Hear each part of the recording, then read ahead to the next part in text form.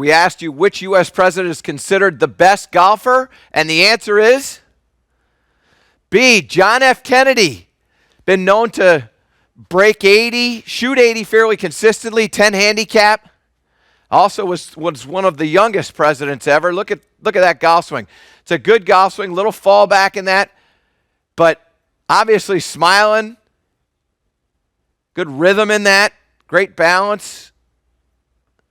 Beautiful motion there, and love the way he dresses too. Always go like light and dark. Very good idea there. But he was a good player, good athlete too. Very athletic. That whole family was very athletic. But let's take a little look at this swing and see what we can learn from it. The first thing that I see when I look at that is I love the grip. Now, it's hard to tell. How do you know what the grip looks like? Well, what you do is you look at this shoulder line just like this.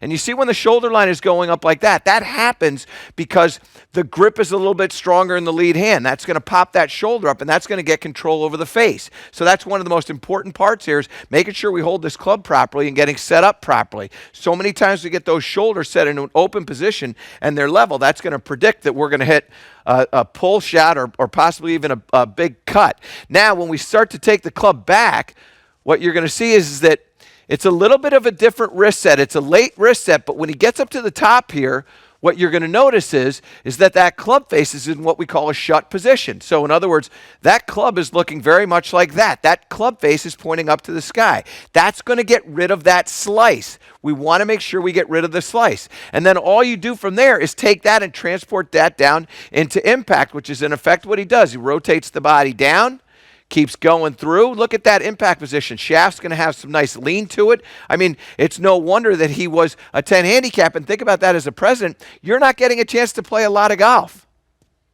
And then he starts to come through into a pretty good release. The only fault that I have with that motion right there is A, doesn't get to do it enough, and B, there's a little bit of a fall back right there. And you can see how much he's falling back, and that's just, again, repetition will help him. So what we want to do is we want to make sure that we understand the things that we need to do in order for us to get rid of that slice, and that's obviously what he did. So,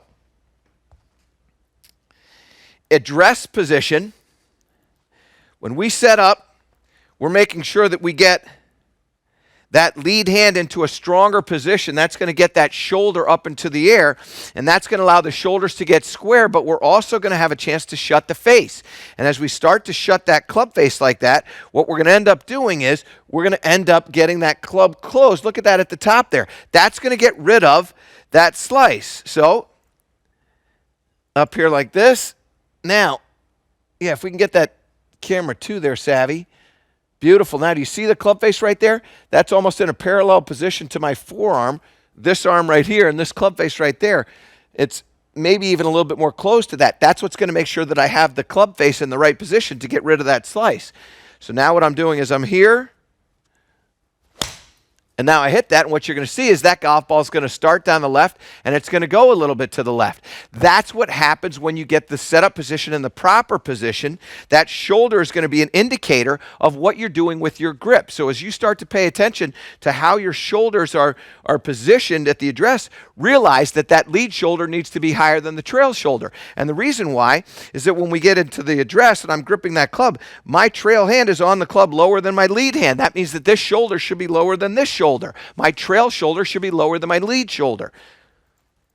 Just like that. If I grip it poorly and I have a weak lead hand and an on-top trail hand, now all of a sudden my shoulders are going to be square and the shoulders are going to be level and the shoulder line is going to be into an open position. That's going to create a bit of a slice, open club face.